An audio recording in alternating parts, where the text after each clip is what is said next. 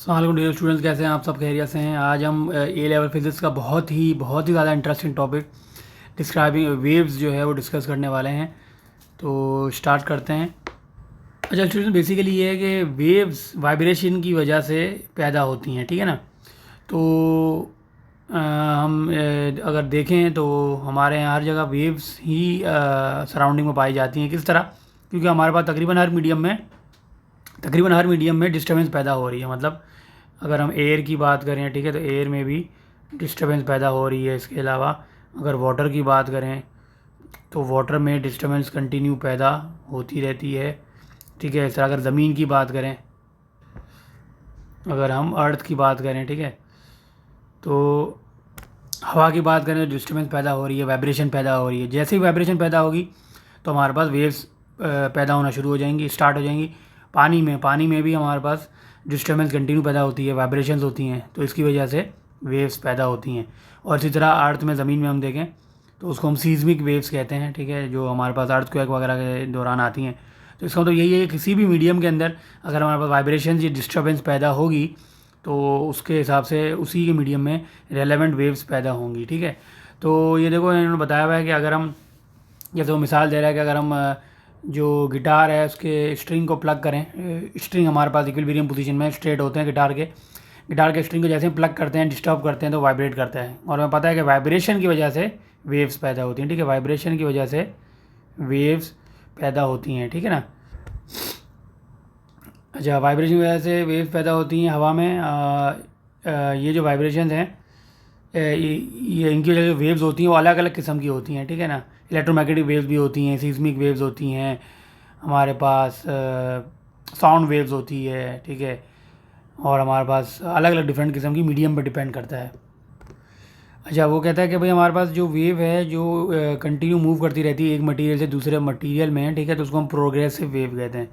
हम देख सकते हैं कि जैसे हम कहीं बीच पे खड़े होते हैं तो बीच में हम देखते हैं कि ड्यूरिंग द समर सीजन्स हम देखते हैं ज़्यादातर कि अचानक से वो वेव टकराती है और ज़्यादा एनर्जी के साथ सी शोर पे हमारे पास स्ट्राइक करती है। तो उसकी वजह यही है कि जब वो वेव ट्रैवल करती है ओशंस के अंदर, ठीक है, तो ये जो विंड ब्लो होती है, तो इसकी वजह से विंड जो ब्लो होती है इसकी वजह से क्या होती है, पानी के अंदर वाइब्रेशन होती है, ठीक है। पानी के अंदर जब वाइब्रेशन होती है तो वाइब्रेशन की वजह से हमारे पास वेव्स पैदा होती हैं।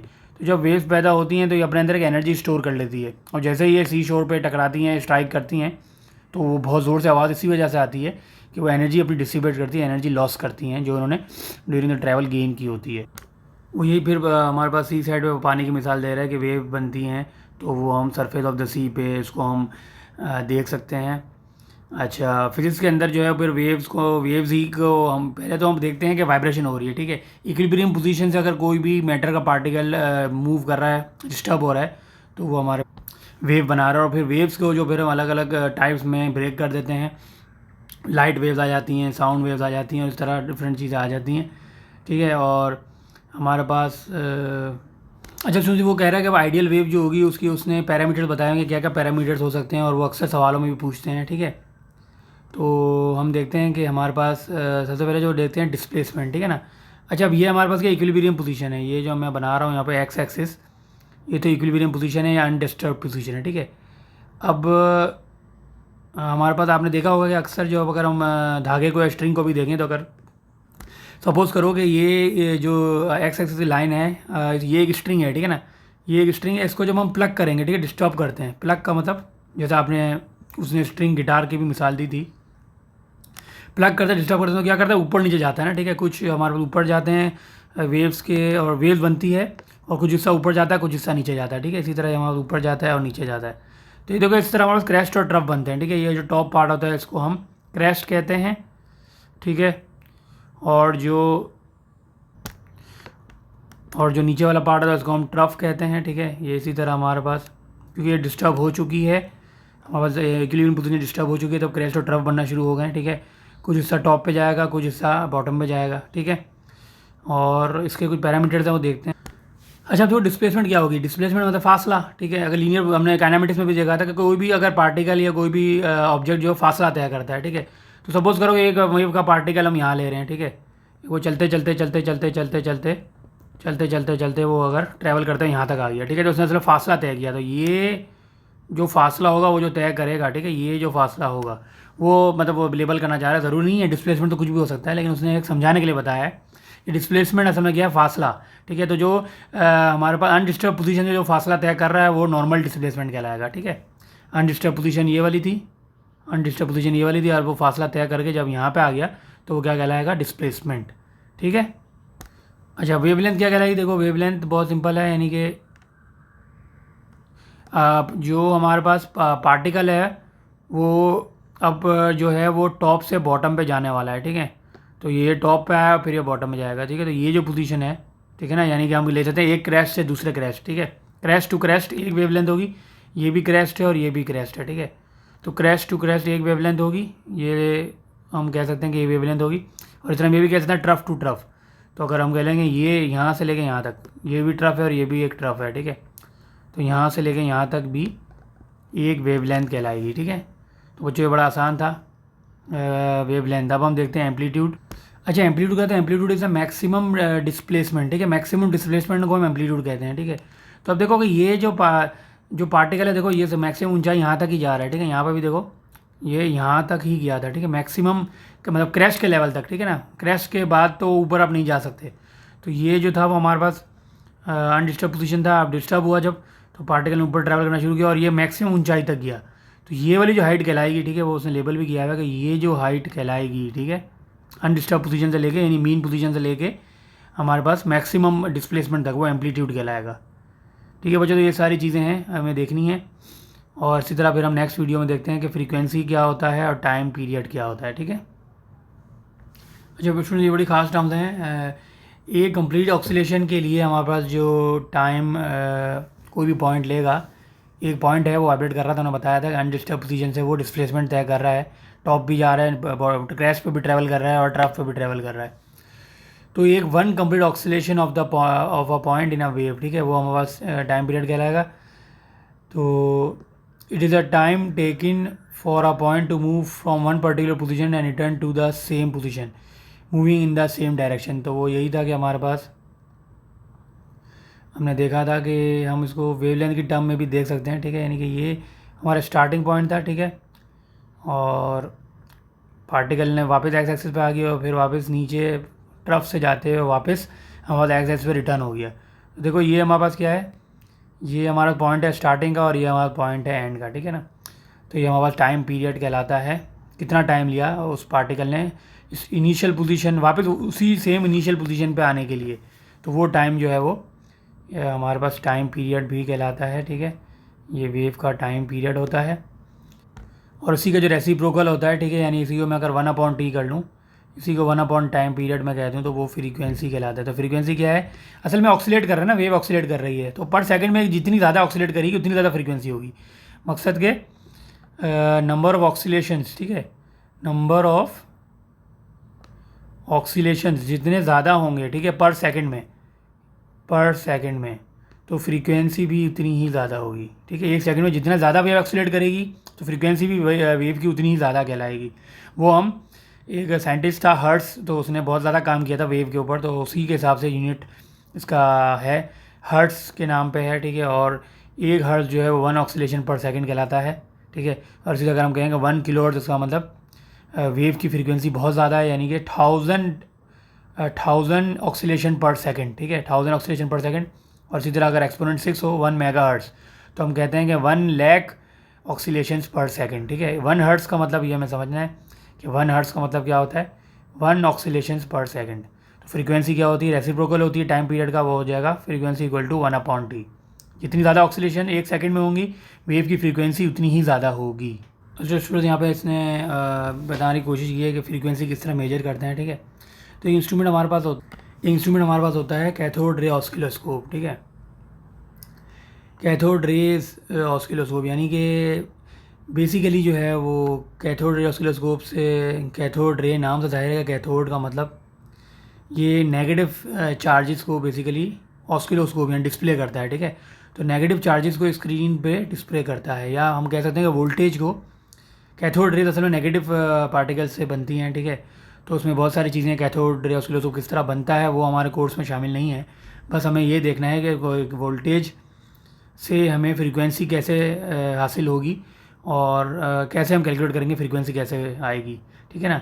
तो बेसिकली क्या है कि हमारे पास ऑसिलोस्कोप में हम करते क्या हैं बेसिकली कि ऑसिलोस्कोप में हमें कोई इनपुट देना पड़ेगा, ठीक है, जो हमें बताएगी कि असल में फ्रीक्वेंसी क्या है।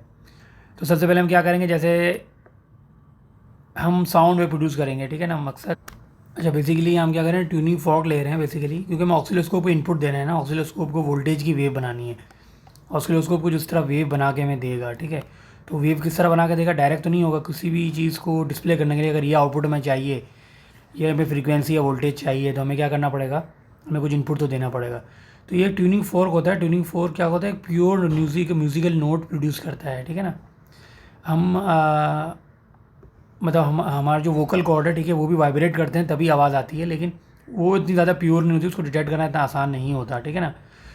तो उसके लिए तो सेंसिटिव चीज़ें चाहिए होती हैं। लेकिन ये जो हमारे पास एक ट्यूनिंग फोर्क है, ठीक है, ये क्या करता है, सपोज करो इसके सराउंडिंग में एयर है, ठीक है, तो जैसे ही हम इसको ट्यूनिंग फोर्क को वाइब्रेट करना शुरू करेंगे, तो जब वाइब्रेट करना शुरू करेंगे तो ये क्या क्या करेगा कि आसपास के जो एयर मॉलिक्यूल्स को डिस्टर्ब करेगा, ठीक है। तो कुछ मॉलिक्यूल जो कंप्रेस होंगे और कुछ मॉलिक्यूल जो है वो मतलब कि जो है, और कुछ मॉलिक्यूल जो है वो एक्सपेंड होंगे, ठीक है ना। कुछ मॉलिक्यूल दब जाएंगे और कुछ मॉलिक्यूल फैल जाएंगे। तो वाइब्रेट की वजह से क्या होगा कि हमारे पास वाइब्रेशन की वजह से, ट्यूनिंग फॉर्क की वाइब्रेशन की वजह से हमारे पास मॉलिक्यूल डिस्टर्ब होंगे एयर के, उसकी वजह से साउंड वेव्स प्रोड्यूस होंगी, ठीक है। जो साउंड वेव्स प्रोड्यूस होगी वो थोड़ी प्योर म्यूजिकल नोट होगी, उसको डिटेक्ट करना आसान होता है, ठीक है। तो ये जो साउंड वेव्स है इसको हम एज ए इनपुट माइक्रोफोन में डाल देंगे। तो जब माइक्रोफोन में डालेंगे, MP का मतलब माइक्रोफोन, तो जब माइक्रोफोन में डालेंगे तो क्या हो जाएगा, माइक्रोफोन जो है वो एज ए इनपुट देगा ऑसिलोस्कोप को, ठीक है। तो ऑसिलोस्कोप क्या करेगा, आउटपुट के ऊपर एक वोल्टेज वेव हमें दे देगा। जो वोल्टेज वेव होगा वो क्या होगा, इस वोल्टेज की वेव की ख़ास बात क्या होगी कि इसकी जो फ्रीक्वेंसी होगी वो साउंड वेव के सेम होगी, ठीक है, साउंड वेव्स के सेम फ्रीक्वेंसी होगी। तो जब हमें ये पता चल जाएगा साउंड वेव्स की फ्रीक्वेंसी हमारे पास, ये जो हम देख रहे हैं यहाँ पे डिस्प्ले में आ रहा है, तो ये जब डिस्प्ले में आ जाए तो हम आसानी से स्केल के ज़रिए, यानी एक्स एक्सिस पे स्केल दिया होगा और वाई एक्सिस पे स्केल दिया होगा, तो जो एक्स एक्सिस पे स्केल दिया होगा उससे हम आसानी से टाइम या फ्रीक्वेंसी निकाल सकते हैं, स्टूडेंट्स टाइम या फ्रीक्वेंसी निकाल सकते हैं। और वाई एक्सिस पे जो हमें स्केल दिया होगा उससे हम एम्पलीट्यूड निकाल सकते हैं। तो ऑसिलोस्कोप में हमें ये देखना है, ठीक है, एक्स एक्सिस का मतलब ये कि टाइम और फ्रीक्वेंसी हम निकाल सकते हैं। तो एक्स एक्सिस में जो स्केल हमें दिया होगा वो टाइम बेस का दिया होगा, ठीक है, टाइम बेस का हमें स्केल दिया होगा, उससे हम टाइम फ्रीक्वेंसी आसानी से वेव की निकाल सकते हैं। इसी तरह वाई एक्सिस पे हमें एम्पलीट्यूड का गेन दिया होगा, ठीक है। तो हम नॉर्मल ग्राफ यूज़ करते हैं तो हमें आइडिया होना चाहिए कि हम जो बॉक्सेस देखते हैं वो हमें यह पता होना चाहिए कि एक्स एक्सिस पे 1 यूनिट कितने का है और वाई एक्सिस पे 1 यूनिट कितने का है। लेकिन ऑसिलोस्कोप में हम क्या करते हैं, चीज़ें वही हैं, ठीक है, हमें स्केल पता होना चाहिए, लेकिन हमें ये पता होना चाहिए कि इसके एक्स एक्सिस पे टाइम बेस कितना है और वाई एक्सिस पे एम्पलीट्यूड के लिए गेन कितना है। ये दोनों चीज़ें पता होंगी तो हम स्क्वायर्स को काउंट करके आसानी से टाइम और एम्पलीट्यूड फ्रीक्वेंसी निकाल सकते हैं, ठीक है। तो हम देखते हैं कैसे होगा। तो यही कह रहे हैं कि माइक्रोफोन कनेक्ट होता है, ठीक है, इनपुट ऑफ द CRO, जैसे मैंने बताया, माइक्रोफोन कन्वर्ट करता है साउंड वेव को वेरिंग वोल्टेज में, ठीक है। और वो जो वोल्टेज होती है, ख़ास बात क्या होती है, उसकी फ्रीक्वेंसी सेम होती है, ठीक है। हमें काम करना है फ्रीक्वेंसी पर एम्पलीट्यूड पे, ठीक है। तो जो हम इनपुट दे रहे हैं वो वोल्टेज बना रहा है, ठीक है। साउंड वेव जो इनपुट दे रहे हैं वो उसको वोल्टेज में कन्वर्ट करके जो वोल्टेज वो है वो प्रोड्यूस कर रहा है। उसकी खास बात क्या है कि वो उसी सेम फ्रीक्वेंसी पे है जो साउंड हमने वेव्स ट्यूनिंग फोर्क से दी है, ठीक है। तो वही वोल्टेज डिस्प्ले हो जाएगा CRO पे, उसकी स्क्रीन पे। अच्छा, हम ये कह सकते हैं कि जो CRO एक वोल्ट मीटर है। वोल्ट मीटर का मतलब वो जो वोल्टेज मेजर करे, ठीक है। फिजिक्स में, इलेक्ट्रॉनिक्स में बेसिकली हम कहते हैं वोल्ट मीटर एक ऐसा इंस्ट्रूमेंट जो वोल्ट मीटर मेजर कर सके, वोल्टेज मेजर कर सके बेसिकली। तो capable of displaying varying voltage मतलब फ्रीक्वेंसी, ठीक है ना। तो अच्छा, वो एक बात यहाँ कह रहा है कि एक स्पॉट है मूव करता है, ठीक है। बेसिकली ये स्पॉट ही होते हैं, ठीक है, वेव डायरेक्ट नहीं बनती, ये बहुत सारे स्पॉट ही यानी ये बहुत सारे स्पॉट मिल के पूरी वेव बनाते हैं, ठीक है। स्पॉट हमें चाहिए होंगे तो स्पॉट मिल के एक वेव बनाता है। अच्छा, वो कह रहा है कि जब हमारे पास स्पॉट मूव करता करो तो स्क्रीन तो स्टेडी स्पीड में मूव करता है। एक्स एक्सिस पे हम time base control, x axis पे जो टाइम बेस होता है, ठीक है, मतलब टाइम जो होता है वो हम एक्स एक्सिस पे लेते हैं, उसी की वजह से वो लेफ़्ट और राइट मूव करता है, ठीक है ना। हॉरिजॉन्टल का मतलब लेफ़्ट और राइट मूव करता है। और इसी तरह जो है वो वेव अप डाउन भी मूव कर रही है, ठीक है। जो वोल्टेज हमें बता रहा है, जो फ्रीक्वेंसी हमें बता रहा है ऑसिलोस्कोप की स्क्रीन पे, वो ऊपर भी अप साइड पे भी जा रहा है, डाउन साइड पे भी जा रहा है। तो स्पॉट मूव करता है, वो कह रहा है कि according to the voltage of the input, ठीक है ना। तो ऊपर नीचे भी जा रहा है, वो हम देखते हैं कि वाई गेन जो होता है उसकी वजह से जाता है। अच्छा, अब देखो कि display on the screen is a graph of varying voltage. Y axis पे वोल्टेज, वेरिंग वोल्टेज होगा और हॉरिजॉन्टल पे टाइम होगा, ठीक है। ये हमें देखना है। और फिर हम एक एग्जांपल से भी देखते हैं कि हम किस तरह इसको एम्पलीट्यूड फ्रीक्वेंसी को हम निकाल सकते हैं। अच्छा स्टूडेंट, यहाँ पे बहुत से बच्चों का सवाल आया होगा कि आखिर जो है वो साउंड, बहुत से बच्चों को सवाल आया होगा कि आखिर साउंड जो है वो वोल्टेज में कन्वर्ट कैसे हो जाती है, ठीक है।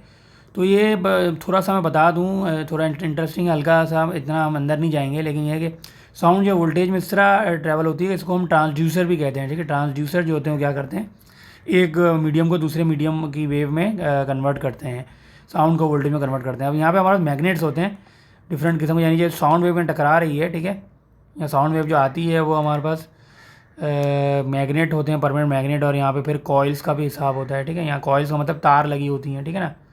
तो ये मैग्नेट नॉर्थ और साउथ मैग्नेट का कुछ सेटअप होता है और कॉइल का सेटअप होता है। तो इस वजह से जब वेव्स यहाँ से गुजरती हैं तो ये वोल्टेज में कन्वर्ट हो जाती हैं। वोल्टेज बड़ा छोटा होता है, ठीक है, तो हम डायरेक्ट इसको स्क्रीन पे बता नहीं सकते। तो फिर हमारे पास क्या होता है, एम्पलीफायर लगे होते हैं। एम्पलीफायर क्या होता है कि जो हमारे पास एम्पलीफाई करके, यानी मैग्नीफाई करके, बहुत ज़्यादा करके स्क्रीन पे शो करता है, ठीक है ना। यहाँ पे वोल्टेज बहुत छोटा प्रोड्यूस होता है, तो वो फिर एम्पलीफाई करके यहाँ पे स्क्रीन में शो करता है।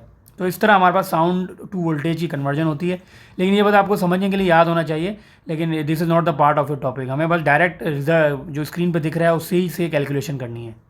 अच्छा चलो देखो, ये हमारे वर्क एग्जाम्पल दी हुई है कि हमारे पास ऑसिलोस्कोप की स्क्रीन दी हुई है, ऑसिलोस्कोप की स्क्रीन दी हुई है, और वो कह रहा है कि जब साउंड वेव्स जब हमारे पास डिटेक्ट होती हैं माइक्रोफोन पे, तो टाइम बेस हमने सेट किया हुआ है 1 मिली सेकेंड पर डिवीजन, ठीक है, 1 मिली सेकेंड पर डिवीजन। और वाई गेन हमने किया हुआ है 20 मिली वोल्ट पर डिवीजन। डिवीजन इन्वर्स का मतलब पर डिवीजन, ठीक है। तो फ्रीक्वेंसी निकालो साउंड की और एम्पलीट्यूड निकालो। तो सबसे पहले हमें क्या करना पड़ेगा, बस हमें यही करना होता है कि एक्स एक्सिस पे बॉक्स काउंट करो और वाई एक्सिस पे बॉक्स काउंट करो, और जो हमारे पास स्केल है उससे हम मल्टीप्लाई कर देंगे तो हमारा आंसर आ जाएगा। तो बहुत आसान है। देखो फ्रीक्वेंसी क्या होती है, फ्रीक्वेंसी होती है डिवीजन्स, ठीक है, डिवीजन ऑन एक्स एक्सिस, यानी जितने डिवीजन्स हैं एक्स एक्सिस के ऊपर, डिवीजन्स होगा एक्स एक्सिस के ऊपर मल्टीप्लाई बाय, सॉरी जो हम टाइम निकालेंगे टाइम के बाद फ्रीक्वेंसी आएगी, ठीक है ना। टाइम जो यहाँ पे प्लॉट हुआ है वो तो टाइम वर्सेस एम्पलीट्यूड है, ठीक है ना। तो पहले टाइम निकालेंगे, उसका इन्वर्स लेंगे रेसिप्रोकल, तो फ्रीक्वेंसी आ जाएगी।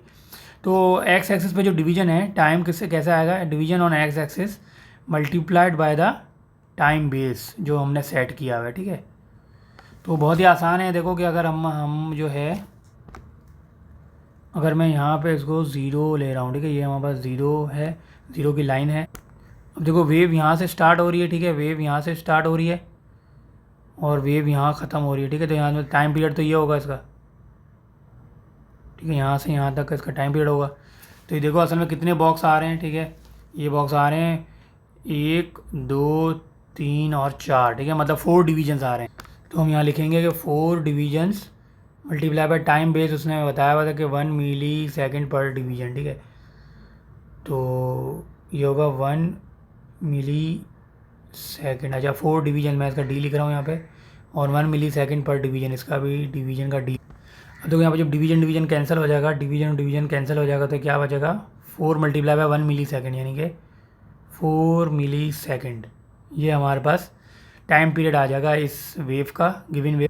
अच्छा स्टूडेंट्स, बहुत आसान है कि अगर वो कोई पूछा आपसे कि भाई टाइम पीरियड इस वेव का ऑसिलोस्कोप की जो स्क्रीन पे है वो कितना है, तो 4 मिली सेकेंड, सॉरी, तो ये तो टाइम पीरियड आ गया। अच्छा फ्रीक्वेंसी क्या होती है, टाइम पीरियड का रेसिप्रोकल। तो फ्रीक्वेंसी क्या हो जाएगी, इसका रेसिप्रोकल, यानी कि 1 अपॉन टाइम। तो ये क्या हो जाएगा, 1 अपॉन टाइम का मतलब क्या, 1 डिवाइड बाय 4 मिली सेकेंड, ठीक है। तो 1/4, अच्छा ये हो जाएगा 0.25 एक्सपोनेंट 3 हर्ट्स, ठीक है। फ्रीक्वेंसी का यूनिट हर्ट्स था, मैंने पीछे बताया था आपको। अच्छा, तो ये तो एक है 0.25, इसको हम ऐसे भी ले सकते हैं, ठीक है, 250 हर्ट्स, ठीक है, या फिर हम क्या ले सकते हैं 250 हर्ट्स। तो ये तो हमारे पास फ्रीक्वेंसी आ गई गिवन वेव की जो ऑसिलोस्कोप की स्क्रीन के ऊपर है। अच्छा, अब हम निकालेंगे एम्पलीट्यूड। मैं ये वर्किंग रब कर रहा हूँ, अगर आपको देखना है तो आप बैक करके देख सकते हैं। अच्छा स्टूडेंट्स, अभी हम एम्पलीट्यूड निकालना है, तो एम्पलीट्यूड हमें पता है कि एम्पलीट्यूड किस तरह निकलता है। ये होता है हमारे पास Y gain multiply by number of divisions जो हम काउंट करेंगे, ठीक है। तो ये नंबर ऑफ़ डिवीजन्स मैं यहाँ प्लेस कर रहा हूँ। अच्छा, अब देखो कि नंबर ऑफ़ डिवीजन्स क्या होगा, ज़ीरो से ही जितना क्रैश पे जा रहा है, यानी कि जो मैक्सिमम डिस्प्लेसमेंट है, ठीक है। तो ये देखो मैक्सिमम डिस्प्लेसमेंट ज़ीरो से यहाँ तक है, ठीक है, ये वाला। तो अगर हम ज़रा काउंट करें तो ये कितने हो जाएंगे, ये बॉक्स, ये तकरीबन ज़ीरो से 3 पॉइंट यहाँ तक जाएंगे। तो ये तो 3 है, ठीक है, ये वाला तो 3 है लेवल, और 3 से और 4 के बीच में है, तो इसको हम कहेंगे 3.5, ठीक है। तो हमारे 3.5 बॉक्सेस हैं ऊपर की तरफ, अपर साइड पे। तो हम ये कह सकते हैं कि हमारे पास वाई गेन यानी ये 3 डिवीजन्स डी के लिए, डी मतलब डिवीजन्स, ठीक है। और ये वाई गेन हमारे पास क्या हुआ है, 20 मिली वोल्ट पर डिवीजन ये दिया हुआ है। सॉरी, यहाँ आएगा 3.5 डिवीजन्स और मल्टीप्लाई बाय वाई गेन कितना है, 20 मिली वोल्ट पर डिवीजन, ठीक है, पर डिवीजन। तो देखो ये डिवीजन कैंसिल हो जाएगा, डिवीजन और डिवीजन कैंसिल हो जाएगा, तो हमारे पास कितना आ जाएगा, ये हमारा हो जाएगा 70 मिली वोल्ट, ठीक है। 3.5 मल्टीप्लाई बाय 20, तो ये एम्पलीट्यूड हमारे पास आ जाएगा 70 मिली वोल्ट। तो इस तरह हमारे पास इसका एम्पलीट्यूड और फ्रीक्वेंसी आ जाएगी वेव। अच्छा स्टूडेंट, आज का लेक्चर जो है वो इसी क्वेश्चन पे ख़त्म होगा। वो कह रहे हैं कि determine the wavelength and the amplitude of each of the two waves. तो सबसे पहले हम देखते हैं कि रेड वेव को, ठीक है, रेड वेव में हमारे पास एम्पलीट्यूड कितना है, ठीक है। तो यहाँ ज़रा देखो, रेड वाली जो वेव है यानी कि वेव बी, ठीक है, वेव बी की बात कर रहा हूँ। तो एम्पलीट्यूड कितना, एम्पलीट्यूड होता है हमारे पास मैक्सिमम डिस्प्लेसमेंट जो वो अनडिस्टर्ब पोजीशन से कोई भी पार्टिकल या वेव ट्रैवल करती है। तो ये देखो, ये हमारे पास क्या है, एम्पलीट्यूड, ठीक है। तो ये हमारे देखो कहाँ टच कर रहा है, 2 पे टच कर रहा है, ठीक है। तो इसका एम्पलीट्यूड हो जाएगा 2, ठीक है, ये एम्पलीट्यूड 2 हो जाएगा। रेड वाली वेव का एम्पलीट्यूड 2 हो जाएगा, ठीक है। अच्छा सुनो, वो कह रहा है कि अगर हम वो पूछ रहा है कि वेवलेंथ क्या होगी, ठीक है। वेवलेंथ क्या होती है कि पार्टिकल जो है वो स्टार्ट हो डिस्प्लेसमेंट करना मीन पोजीशन से या अनडिस्टर्ब पोजीशन से, वो स्टार्ट हो मूव करना, और वापस वो अपनी पुरानी इनिशियल पोजीशन पे आ जाए। तो अब देखो कि ये हमारे पास अगर स्टार्टिंग है, तो ये वेव ने ट्रैवल किया, ठीक है, क्रैश्ड आया, फिर ये ज़ीरो डिस्प्लेसमेंट हो गई, फिर ये ट्रफ आया, और ये अगेन अपनी पुरानी पोजीशन पे आ गया। तो इसका मतलब ये जो हमारे पास क्या है, ये वाली जो है वो वेव लेंथ कहलाएगी, ठीक है। अब मैं I am talking about the wave B की बात कर रहा हूँ। तो वेव लेंथ क्या होगी, यानी ये 20 पे आ रहा है, ठीक है। तो ये वेव लेंथ हो जाएगी 20, वेव लेंथ इज 20 सेंटीमीटर, ठीक है, 20 सेंटीमीटर, और एम्पलीट्यूड भी जो था वो 20 सेंटीमीटर ही था, ठीक है स्टूडेंट्स। अच्छा स्टूडेंट्स, अब जो है वो वेव ए का वेव लेंथ और एम्पलीट्यूड कैसे निकलेगा, देखो ये तो एम्पलीट्यूड वेव ए का हम यहाँ से निकाल सकते हैं, मैक्सिमम डिस्प्लेसमेंट, ठीक है। तो उसको हम डिस्प्लेसमेंट एक्सिस पर अगर हम चेक करें तो ये आ रहा है 4, ठीक है।